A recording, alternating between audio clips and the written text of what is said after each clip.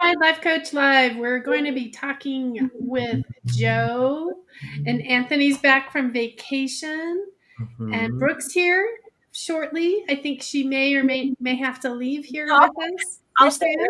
Yeah, I'll stay for now. We're Oh, supposed to be here, but Jerome is having audio issues, so I'll stay. I might turn on my camera for a moment and then come back, but I'll be here. wonderful. What are we talking Wonderful. about today? Let's talk about what we're talking We are about. talking about why you should always say yes to everything. I'm Every opportunity, everything that is presented to you, say yes and do and it. and Joe and Anthony are going to be the contrarians to that today. Mhm. Actually, no, I think I'll be like just I'm just gonna say yes to this topic. Yeah. I'm not gonna Say be yes. contrarian this time. I'm gonna say yes. When have you said yes to something that was scary? When have you said, my heart's beating, I feel it in my stomach, but you still plunged forward? What was that? Mm, that I said yes to something that was scary. Everything. I don't know what I've said yes to that wasn't scary. Marketing. We always talk about marketing, but marketing is always scary. When you're putting money behind there, but Mm. I've said a lot of yeses through the years to things that I like, oh my God. I Brooke think knows. yeah, well, absolutely. I mean, there's a lot of risk. Anything that has a degree of risk, too, that can be nerve wracking. I think one of the things too in this space, not only that, is sometimes it's not just saying yes. It's that when you get the yes as a coach, so like when you're coaching and a client says yes, finally, like we are gonna do this together, and this is a thing. And then you're like, oh shit, what do I do now? Oh. And that's the whole thing, right? So, what I mean, have you ever experienced that, Lisa? No, not that. Usually, I mean, the first client, yeah, when I was first, and not because they said yes, just because it was new. You know, I've talked about this first client before. Oh, has there been a time with client? Actually, no. I know when there has. When I first started teaching, however, that was a yes, I'll do it, but I was terrified to stand Mhm. up in front of everyone, stand up in front of the room, teaching other coaches to be coaches, and I'm terrified. Terrified. I've been practicing this stuff since a really long time ago in my 20s, so I have a lot of content going on, but that voice was not familiar, and it wasn't used to speaking up in front of a room. So that's where that, for me, became a challenge where I just had to plunge forward. You just push on through Hmm. the other side, like the doors say. Oh, I like the doors, so yeah. You're breaking through to the other side. I found that for me, saying yes was scary. Where I feel like that's why I use no often to avoid things. Even as a kid, or as a teenager, I found myself just using the word no more often because I was just afraid of saying yes to things, Mm. and it became more of a tool to use no, and because to avoid a future type of future mess or a future struggle. It's easier just to say no. And that was my tool that I found a lot of me using, and uh, where I think over the time I've gotten older, though I've had put more yeses into my bucket, but still have like the weariness of saying make sure I have my no ready to go though. Just in case. Just in case, because I'm not sure where my yes will end up, and that's that part of me who's overthinking things. So I always like to keep my no handy. Well, I think that is the fear, right? Like that saying yes and then not being able to follow through, right? People pleasing is in a space where you say yes to a lot of people, yes, yes, yes, yes, yes, and then you can't. Oh, I can't do it, and you end up then it ends up becoming messy, right? In that case, if you have to then cancel later, or you feel like you're letting people down, or you exhaust yourself, right?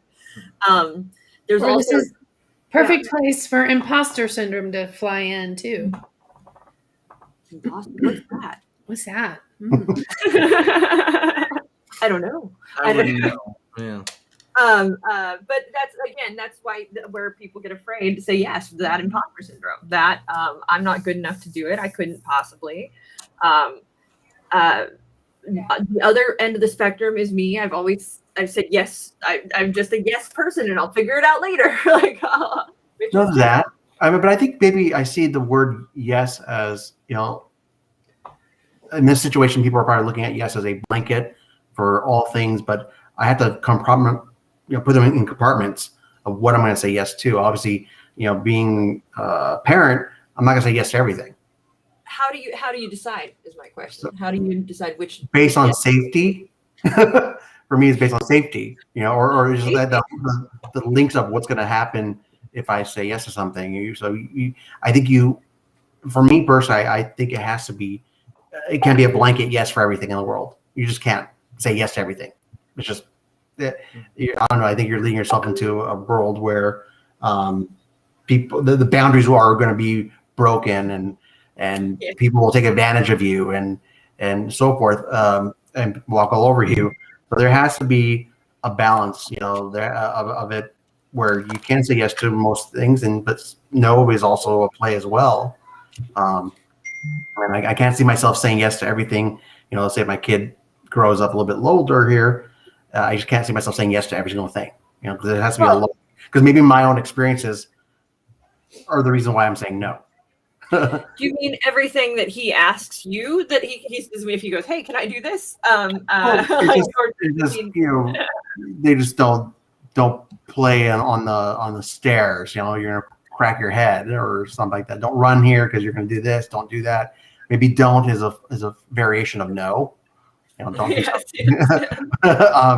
But hey, Dad, can I take some drugs and drink? And, yes. Yes. Absolutely. Go ahead. I'm still pissed at my parents. They just do it, but but in general, just like I think there just has to be times for no, and no is okay. I think no is an okay word. I do believe no is an okay word. I think that all words are okay. Words are, it is. It's just the whole assumption that yes blankets everything and just do it. For me, it's just like to an extent.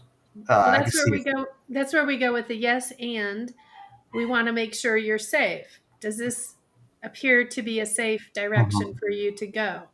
Yes, and that's a big direction that people have been playing with as well. Yeah. To allow for the yes, but let's think this through if it's a good option. Jerome has good questions for us, even though he cannot speak. What do you see yourself saying more often? I go, let me think about it. Let me weigh it out. Give me a moment. I don't answer anymore immediately. That's harder for me to say. Well, and that's the key, really, while you're thinking about that, Anthony, is I'm Jerome, by the way. It's truly that is taking that moment. I think that learning, that's something you learn as you get older, is taking the moment and saying, I need time, like give me a little time to think about this, and I will get back to you before I agree to that. That's something that comes later with age, I think, though, because for me, I feel like I never felt like in the beginning of my life, I was like, let me think about this. You either gave a yes or a no to something. I think depending on the person, though, that means yes or no. Because if it was maybe my dad, I think it would be like, that means no. If it's my mom, then I'm like, that kind of means yes. So you know who to go to. It's a deferred, in my mind, when people tell me maybe, that's a deferred yes or no. If you know the person, then you know what it is immediately. if you don't know the person, then it's just as good as just saying, let me think about it. Maybe you won't know, Well, but in sales, one of the things that they teach you is if somebody's calling on the phone and they say, I'm still shopping around, I'm still comparing things, or they're probably not going to make the sale. They're not going to close the deal in that moment. But it doesn't mean it's not a yes later, right? It means that they're genuinely just not in the buy phase mentally in their mentality. actually, as a matter of fact, I did that very thing like 2 days ago. I was looking for a tattoo, and the guy quoted me for a high price, and I said, let me think about it. And then I went to the tattoo parlor down the street, and I got a different tattoo for cheaper, half as much. Didn't even tell the other person that I was like, I went to the other place. I just asked, and they gave me a cheaper. I was like, yep, let's do this. No, not having to think about it. No maybes. Just yep. Let's go with this process. I think it's harder for me to say no in general. At times, I used to be like a yes person all the time. Now I'm more. I don't really have an automatic sort of preference now. Like I take it case by case. So I think I say yes as often as I say no. But I'm not really unsure or like regretting my yeses and nos. I think I'm pretty on board with them at this point. Hey, I've got a tattoo for next weekend, Anthony. Good for you. One of the people that I follow, Richard Branson, I think that's his name, right? He is always of the growth mindset concept. I always loved how he, even when he was firing his team, because he would have people that he didn't want to, or he couldn't work with them, he would still take them on adventures and still interact with them. He used to have that balloon. Remember the balloon, the big, The Virgin balloon, the big silver one aluminum, that would climb to the top, and it was part of the adventure of becoming leaders within his group. And even if they weren't going on to become the leader and they did that, it was just a wonderful experience. So that growth mindset, he was always part of. And his part of his philosophy, I've seen it again. Jerome was prepping us as we were going on here. I was reminded of it again, where he is of, yes, you can do it. Go out there, learn everything you can. You get presented something that you're not familiar with. It's not too far out of your wheelhouse either, really. It's just going to be a new experience to go and say yes to it, to actually go learn what you can learn, get that growth, get the training you need to fulfill that possibility and that direction. I always thought that was a wonderful expression of getting his team together and working. So how can we apply that to life coaching then for life coaches? Man, well, even I guess the skill of life coaching, because we're not talking about just the profession. A lot of, executives and leaders and CEOs use life coaching skills to, facilitate growth in their companies. So, I think that being yes to adventuresome, to finding out those ideal clients, like in one of the classes I took, they meaning the other students, were encouraged to find their voice to really work with their dream client. Mm-hmm. Who is their dream client? And how do you meet the expectations of that dream client? What is it that you have to build and grow towards so that you are working with that client? So there's a yes there as far as a coach. As far as coaching, a lot of the times that's what we're coaching our clients to find their voice in the direction they want to move towards. Is that finding the yes or is that finding the no? I don't know. Moving towards something, what voice would we give that? Well, yeah. I mean, yes, it can be yes or no. I think that we're getting mired in the black and white nature of yes or no when there are maybes in between. Totally. I'd like to associate maybe no with the idea of boundaries, and having boundaries are important as an adult. and people tend to overstep boundaries. And there's times where people just don't know. And then there could be various types of boundaries too. Not just simply ones that we think about when we say the word boundary. But a no is a tool. And I think a lot of times people come into a life coaching session because they have trouble saying no to things. Maybe they're overwhelmed and drowning, and they need some time for them. It's a very powerful tool. It really is the art of saying no. In fact, I was recently listening to a podcast about how you saying yes, especially early in your career, is very important. It's being able to say yes, and you want to say yes to more opportunities, especially when you're starting out somewhere, because from that you're going to learn sort of from people. You get that more opportunity, but then as you move along, you get more strategic with your yeses, but you still want to use them because. I love the measurement she used in this space was what when you're saying yes, say yes to the things that will get you in the room with people, interesting people, and doing interesting things, doing things in your life that are more interesting, that will open doors to more interesting things, that basically keep you engaged, or things you want to do that are exciting, and then also in the door with people that are going to give you that opportunity. So that's sort of measurement of when to say yes. If you're being asked by your boss or somebody to do something and it's not going to ever advance you in any way or help you in any way apart from just saying yes to your boss, it might be a chance for you to say, okay, no, in this situation, because there might be something on this side that will get you in the room with somebody very interesting, or get you doing something that you've always wanted to do that you may not otherwise be able to do had you said yes to this opportunity here. So it's about strategic yesing. That's of course if you are in a job or profession where you can just say no to your boss, because I've worked jobs before where it's like you don't say no, you can't so you have to use like the no and or no but or. Well, you can. I mean, you would if your boss.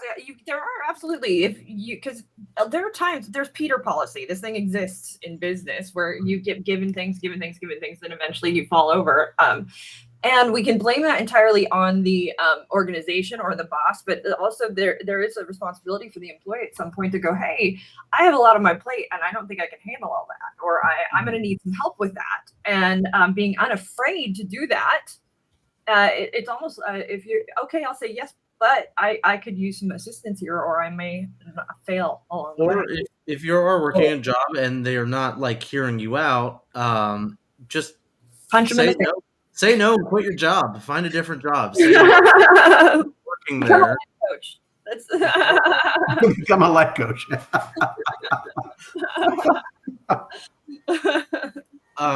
Actually, if we look, there's a lot of people making that over this last year have made that decision that they no longer want to work for something they're not caring about, that they don't have a passion for.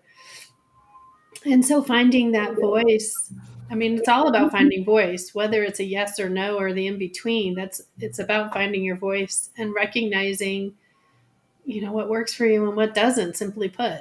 What are other ways you can say yes?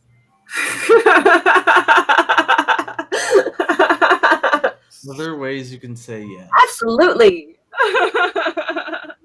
For sure. I say 100%. Ways, yeah. How do you say no without offending? That's a hard part, I think. You say no. You just without the offending part, that's not your concern whether or not to offend someone. You just say no and let that no stay.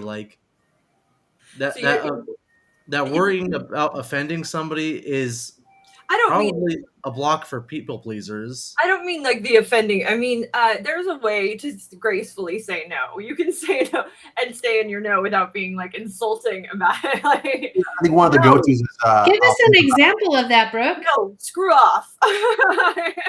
I'm not sure that was the example. You can say, I'm sorry, I can't. I would, but in right now it's not. I have to wash my hair. Yeah. There is also that element of that busy, that concept. Being too busy to do something is kind of a cop out. because it just means you don't want to do it, really. So ultimately, just say no. Because if you're telling me you're too busy, then you're just telling me you're not going to make the time, and it's not important to you. So that's what it is. Drum or not drum? Joe, could you go get me some ice cream, please? I know what ice cream. No, you guys want? You guys want a I'd like some popsicle? ice cream with chocolate cover on it, please. Yeah.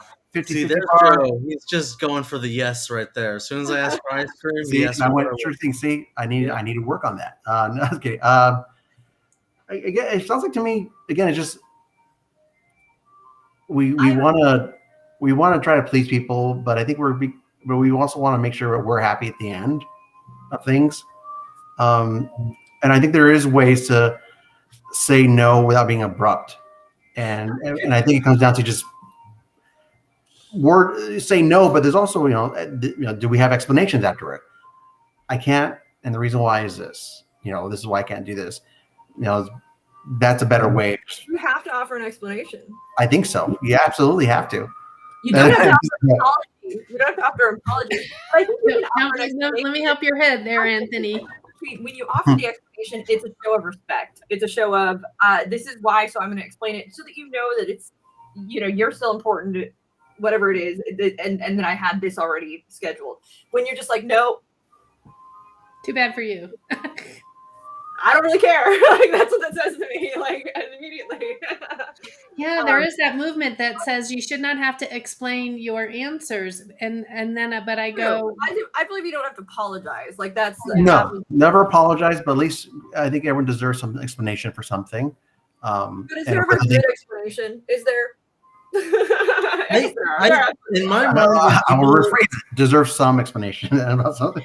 when people do the explaining bit, like I feel that that's just them just trying to like make themselves feel better rather than trying to make me like at ease in any way. So I would just prefer the no and just leave it at that. Now, if it's a work scenario, like let's say it's strictly corporate scenario or work, then I kind of like the explanations just so I can understand like the process behind it. Oh, really? So you want to understand the process at work, but everywhere else you're just like everywhere else it's no. And if I have to say no to anything, that's not a contradiction I'm at all. going to test this out. I'm going to call Anthony and I'm going to ask him for a personal favor and a business favor. You're going to challenge him? Let's see what happens. Let's see what I get. I'll challenge Anthony. Anthony likes to be challenged. Sorry, if it's a personal favor to someone, then I'll say no or yes, and then we'll just go through with it. If it's a work thing, I'll say no, but like, how can I help? Like, what's going on? I might want to explore a little bit. This is just like exploring my personal neuroticism more than it is advice to anybody listening. So maybe don't do what I do, but I'm happy. I'm happy with the amount of no's and yeses I just throw left and right. And if you're happy with yourself, really, isn't that what we're all trying to achieve? Yes, absolutely. When I'm saying an answer to something or I'm responding, it's to share with the other person who I am and what my thoughts are and what all the things that go along with it. It has been interpreted in the history of me as a defense, or that I'm defending myself. And in that moment, I don't feel like I am defending myself when I provide the explanation and experience of what it is I'm responding to. What is your feeling about that? When you're responding to something, and it doesn't have to be yes or no.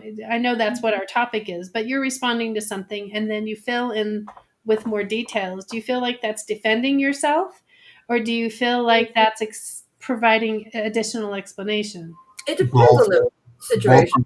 For me, it's both. I feel like it's defend myself, my decision. Maybe I'm in some way trying to tell myself that was a good choice too, and try to talk myself to that. But I also feel like the other person, it helps. I'm trying to help that other person say, okay, I get it now. Thanks for explaining it.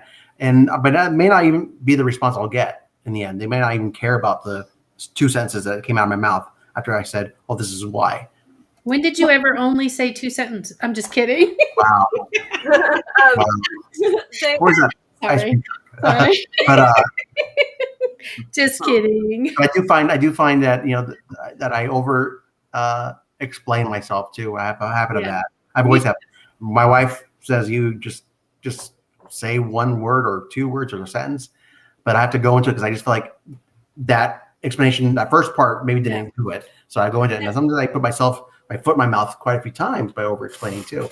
So But there's a thing there too, Yeah. where like it's like that's like being understood. Like it's not about the yes or no in that moment. It's more about me trying to explain who I am, right? In that and the motivation and reasoning behind that. So that then maybe you can understand. But I think that that's more about them. Joe got called out. Show that comment. Oh man. The wife acknowledges.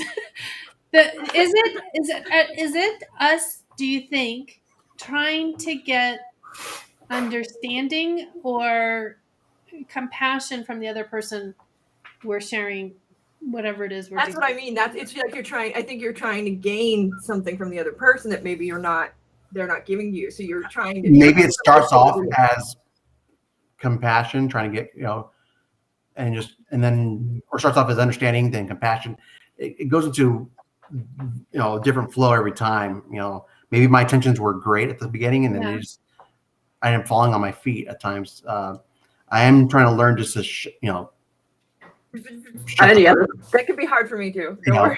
Just shut up. Just shut up. And it's done. It's over.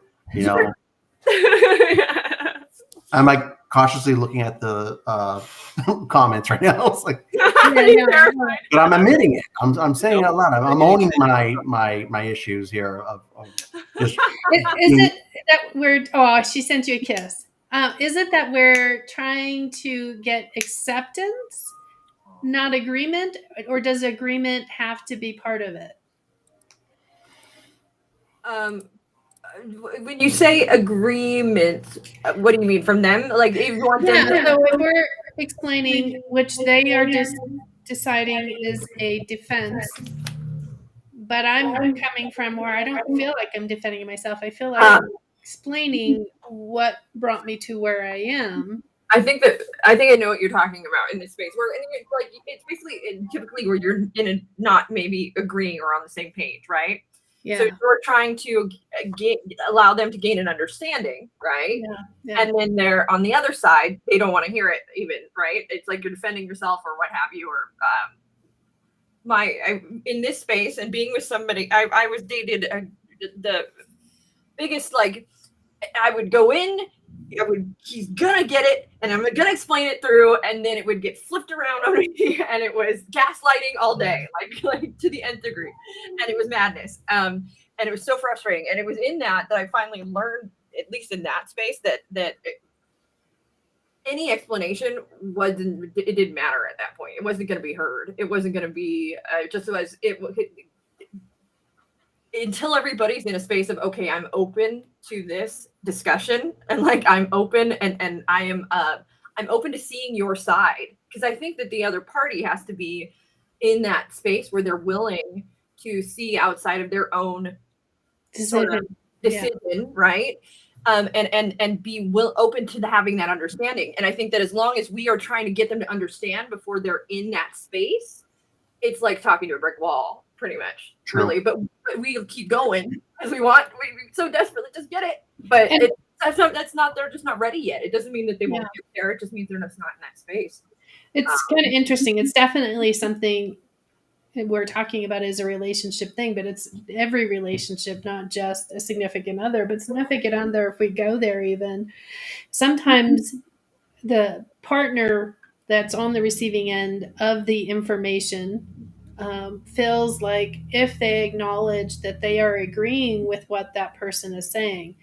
And from my perspective, I don't feel like that's what I do. I don't try to make you believe what I'm saying. I try to have clarity so that you can understand what it is I'm trying to express. Even if it's wrong, that expression and then having a discussion around it allows me to understand my thought process as well as where your thought process. So yeah, you're right. It has to be open. It has to be that open dialogue. In the end of all of this, it's the yes. Let's find our open space. And I think a lot of times when we're in that realm and we want it to happen now because we're having the talk that talk now, but a lot not. It's probably one of the worst times to try to have that talk. You know what I mean? And when really it'd be best to sort of go separate ways, explore it on our own and everything, and talk to ourselves for a bit or other people and talk to that support group, and then when we get ready, come back together and have a healthy and natural, that would probably be the reasons why we would say things like, "Let me think about it," or "I'll let you know," or maybe is because we already know our answers, but we don't want to hurt anyone or disappoint anyone, and by saying the word no or yes, and well, we may not want to hurt anyone, but we also need to honor what our decision is in something. And I can have an emotional reaction before I have the intelligent thought process, or I can have a gut shot, this is how I feel, but then come logic and reality will come in later and come back around, and I'm like, okay, I don't really need to be that. It's plausible, sometimes. And so sometimes I need that space or time to return to my logical self, essentially. Especially, that can happen. With PTSD, you can react emotionally very quickly and then have to bring it in. Tommy, do you like it when Daddy says no to you or yes to you? Yes. Who says yes more? Your dad or mom?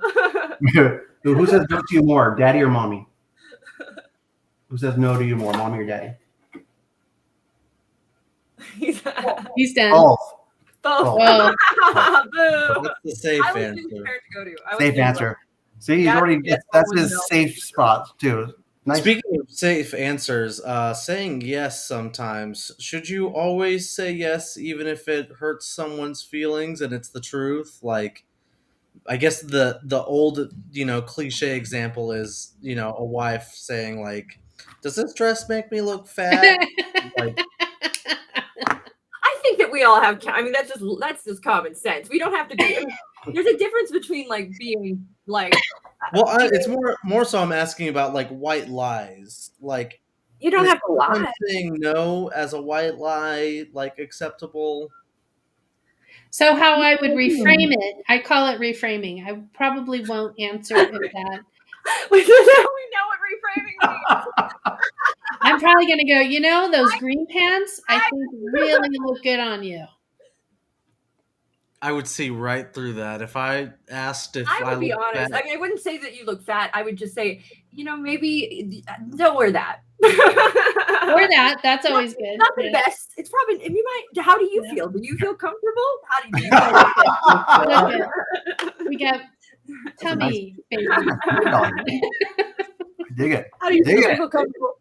Okay, hold your breath. How long can you hold your breath? Hold it in. Hold it in. Good.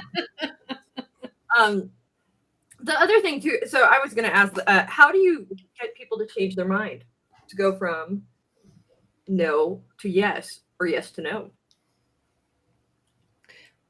I don't have that power. You don't have that power? You ask why? Well, for one, I guess figure out, are you doing it for your own benefit or for their benefit that you're changing their minds? Because if it's for sales. Okay, so for sales, let's start there. One thing. If it's another thing, it might be for their benefit, or it might both be for their benefit. I don't know, but let's assume that it's for your benefit and it's to make a sale, and you're trying to turn that no into a yes. Keep them talking. Keep them with you. Yes. On the line talking. Get them to explain. Oh, so what is it about? What I'm telling you, they'd be on the phone. If they've said no, you're not on the phone with them still. They're. You know what I mean? They're it's no. More so when it's going towards that no. Yeah. Keep them talking. Don't end the Yeah. conversation there at the no. Well, that's one of the. I mean, we don't sell at CLCI. We don't conduct sales. Like that's not what we do. We're not. You're not calling us. We're like, hey, come on down. We'll get you a car. Yeah, it's not happening. Like, we're just Come down to there. Crazy Lisa's. We provide information. We answer your questions. I'll have even. There's plenty of times sharing who we are. So maybe the answer to Absolutely. that previous question is you don't try to change that no to a yes. If it's a no, then you just you don't accept let it go. no. It's Thank you. object or not object it's object outcome independent. Sorry, outcome independent. Mhm. Mindset where you are neutral towards the outcome of the situation. Well, this is what we talked a little bit about last week. That no, accepting the no and letting the no motivate you to having it actually be a motivator. So now, but this is a thing though. Statistically, they have found that people are more afraid of somebody saying of the yes than they are of the no. A lot of times, imposter syndrome, what stops people in their tracks is not that they is not the fear of people saying no to them. It's the fear of what happens if somebody says yes, and then I have all this success. What do I do with it? I'm going to have to follow through. I'm going to have to live up to this, dream, this thing. As life coaches, this is a thing that happens. I go in, I get certified. I'm going to start putting all my stuff out there. What happens if I start having success? What are people going to think of me? How is this going to work? Oh my God, fear stopping in my tracks. And that's when the yes is actually scarier than the no in that space. And they statistically found this to be the case, that people are more afraid of when you're asked and that you ask them to relive, what is the best case scenario of a tremendous amount of fear comes in with the idea of that ideal goal, that success. And so how do you mitigate that fear, that fear of the yes? How do you prepare yourself, or how do you feel, okay, I might be afraid, but I know that I'll be able to handle it by then because of X, Y, or Z. So what do you do? What tools would you use? I think a good mindset would be just expecting to, planning for success. Like, what am I going to have to do for my business if it goes well? Am I going to have to change, is the current system I'm using not up to the standard of having a bunch of clients? But I think that comes with time, right? That comes your system now may not, but your system in 5 years, I hope it will, because I hope you've evolved. Sure. But it's more it's seeing further than 5 feet ahead of you, because the metaphor I'm thinking right now is you're looking down at your feet and making sure you're not stepping on rocks or branches or twigs. You're not looking, 20, 30, 100 feet ahead of you while you're walking and seeing what could possibly be out there. So saying yes and being mindful of what you should do if success comes around the corner, and not just trying to, not fall every 5 feet. In that imposter syndrome, I don't know that those two, I can see that as a normal business movement with what you're saying, but when you have the imposter syndrome, I don't think that is what that imposter syndrome is about. I mean, you guys might correct me if I think it has more to do with I'm doing this and I may be successful, but somebody's going to find me out that I'm not real. Yeah, that I'm not the expert that I say I am. Yeah, that I'm not. Mm-hmm. Have you felt like that before? Anybody here? Yeah. Yes. Whenever I have to tell people what my job description is, it's just I'll say this on the stream. I didn't drop out of college, let's say that, but I'm not attending and doing my bachelor's as of right now. But because I said yes to a business opportunity, so I feel like an imposter sometimes, but I'm also doing the thing I would have done anyways if I chose to continue, my education. Well, and that might not even be the case. I might not have gotten, as good a job as I have right now. So that's imposter syndrome right there. I know my family members have imposter syndrome because they never got an education, but they're, How funny. Education. have a good, successful business. And Oh, the scams, Jerome. yes, Jerome School is a scam. Well, it's funny. I mean, to some degree, right? I believe that if you have a skill, if there is a profession that you have that has a specific skill set, a specific need, go do the school thing. But at some point, you got to start to do the do. Otherwise, there is that feeling of if you cannot do, you school. And for those who are eternal school goers, like my ex-father-in-law, he had 2 doctorates, he had like 2 masters, and his wife was finally like, get a job. Like, you can't do this anymore. I'm not supporting. Like, it's funny because that just in that space, like, he loved to learn and loved. Doesn't mean he wasn't capable of doing it. There's nothing wrong with going to school, but it's if sometimes I need to justify myself as a writer.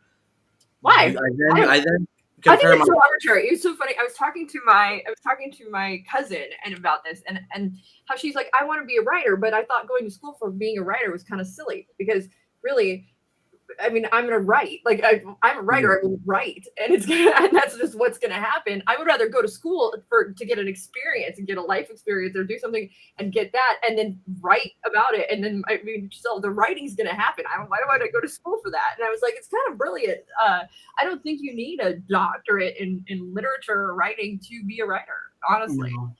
I think that the copy editing, yes, you should probably, because you've got to have that understanding, that schooling, absolutely. But I mean, how many writers out there are not very trained that are magnificent writers? Even those that do go to school and are copy editors, how many copy editors have we had? And everybody says something different about what they're reading and what the proper way to write is. Here, haven't we? Yeah, no, and that's an interesting space to play in at some point. don't get me started on that. Is there well, there's never just a right way. Like, say, there's not a right way to do anything that is just right for everybody. Like, there is no one size fits all shoe.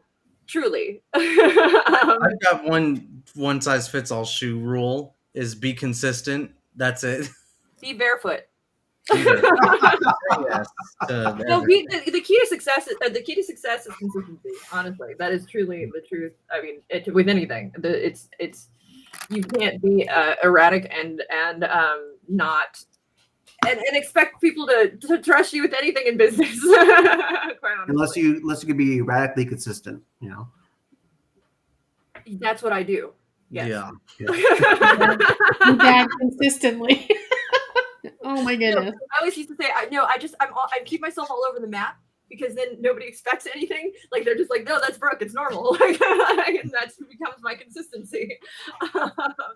Right? No, I learned that not too long. I mean, honestly, probably later in life than I should have. That it's so critical to be the success. You have to show up. You have to be there. You cannot expect things to happen or expect any kind of success if you're not showing up. That's the single most important thing you can do in your business, is to be present, is to show up. And it's true for coaches as well. Be present, be there in your business. If you want it to be a success, be there and be consistent. That's where yes is important.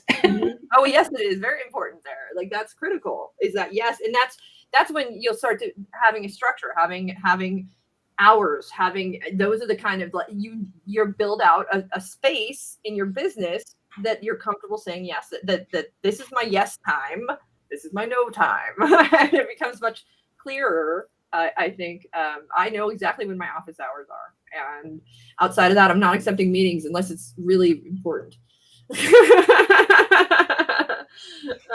Or not related to this certain thing. Okay, no, I don't know when my office hours are.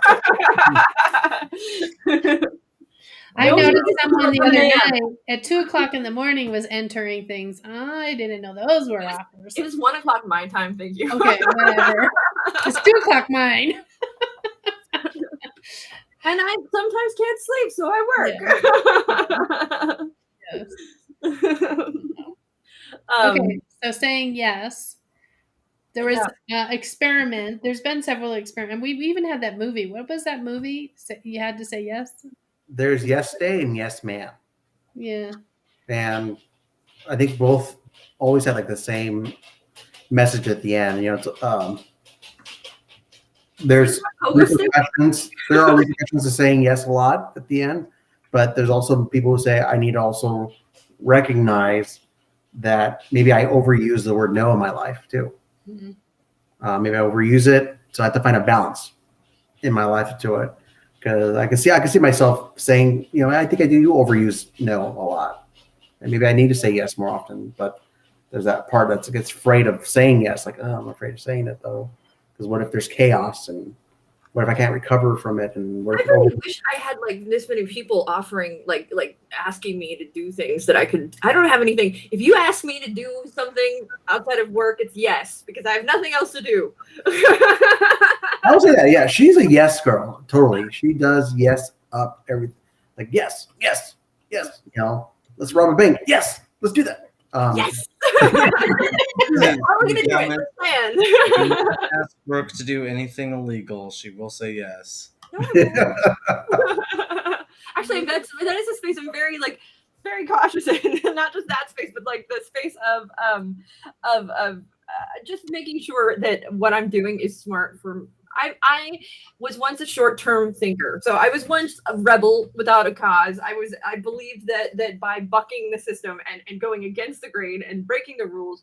Mind you, I was always a goody two-shoes people pleaser in all of this as well, so it was always a weird dichotomy in me. I've always felt like I was living two lives, but I always felt like you know, I want to go knock over things and be crazy, and that's fun for when you're younger. Okay, great, but the thing is, I realized as I got older that I was actually doing myself the biggest disservice by not wanting to play in the system. That the greater mastery didn't come from either even acknowledging the system or breaking, but just or acknowledging the box or denying the box. It was just about doing what was best for me and doing what I needed to do to be successful and get where I wanted, and doing that apart from anything that has to do with rules or system or what people tell me, and just sort of going, okay, no, this is what I want out of life. I'm going to do it and get it and do what I need to get that. And so if that is playing by the rules, if that is breaking the rule, if that is whatever that is, it's that's the direction I'll go. It's not going to be based on any kind of rule or structure because I need to break this rule or because I'm a rebel or I'm a sellout if I do this or that or the other thing. That in itself is just buying in to the system and giving it power at the end of the day. So just do what you're going to do and don't worry about it. If that means being corporate then do it, Brooke. Who cares? It was a thing, you know, to have to just. There was a while I was so against. I was like, I'm not going back. I'm not going back to corporate. I'm not doing anything ever again. Jerome asks, phone call. Jerome asks, what do you think your guys' life looks like if you said yes for a year exclusively? Oh my God. My life is miserable. No, it's an interesting test of who you have in your life, right? Like that would be birds of a feather flock together, right? If you were around human beings that were just not very good human beings and you had to say yes no matter what, it could take you down some really rough, bad places. Now, if you're surrounding yourself by people who are trying to do better for themselves and you're saying yes in that space, it could be something very beneficial to you. I think if you said yes exclusively for a year in any situation, good or bad people, you are going to make yourself miserable and drive yourself, like you're going to grind yourself down. I don't think I would though, because I don't have enough offers. So I got to get more people in my life, and then I'll have that sentimentality. Although there are definitely things I should say no to, and things I do say no to. If I was online dating, I would. Try going on Tinder and just swiping right on every guy and see how well that works. A lot in the online dating space, like no. Jerome said go broke from telemarketers. Yeah, the no's. Oh God, telemarketers. Oh, well, I don't even say no to them. I just hang up. Like, yeah, have you all cards extended warranty? So that's a big word in this space, though. Before we finish up here, is one of the things that's come up a few times, and we're almost done. Respect. I think that there's this big element around this, and saying yes and no, and doing it respectfully, being respectful when you say yes, being respectful when you say no, being respectful when you ask. How are you guys respectful? How do you know when you're being respectful or disrespectful when you're saying yes or no, or respecting somebody's no, or respecting somebody's yes? None of us do. That respecting their answer is some of the times what I will do is just listen to what they're saying. That reflecting information and not respond to what they're saying. I think that's really what my answer would be in showing respect, so that I will then contemplate what they've said. And then I will go back and ask them if we can have a conversation about what they've said. But usually in that moment, I don't deny what that question is or what that statement is, or however we want to answer that. I usually give it space to really understand. I guess what I'm trying to do is understand my understanding of that other person's perspective, so that I can not get it into I don't want to debate. I want to have a conversation. And so then re-invite for a conversation and see what the possibilities are. So I guess that's what I would say, how I would approach it. Even if it's a no in that moment. Not that I'm trying necessarily for a yes. I could be. But usually it's more to have a conversation so we both understand each other. Mm-hmm. I think that patience is a big part of it. Just trying to be patient, which can be difficult at times, but damn your pop. And also I feel like I built an inner circle as I gotten older now, to where when situations come up where it's a yes or no question, they understand already too. I don't think I have to explain myself as much anymore these days. Exactly. They just get it. We're at that point now, and most time people will say, "Oh, I get it. You got this going on. You got this going on." I dig it, and so that's a comfort zone, because I think I kind of created that community. They created that community with me, and they just dig it. You can do it, cool. Not cool. Can you dig it? Can you dig it? Well, I think we're about done. It's time for us to sign off, I believe. So why don't you guys sign out? I wasn't even supposed to be here today. How do you get fired on your day off? Thank you, everyone. Certified life coach. You get certified in 3 days or 6 days, depending on level 1 or level 2. Join us on level 2 as well. We are amazing. We are fun.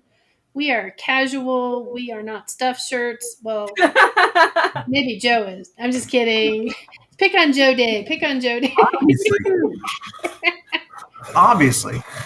Everyone have a good night. He's had yes, if you're he was in class all day today. You get some rest, Joe. Thank you so much for attending. You're welcome.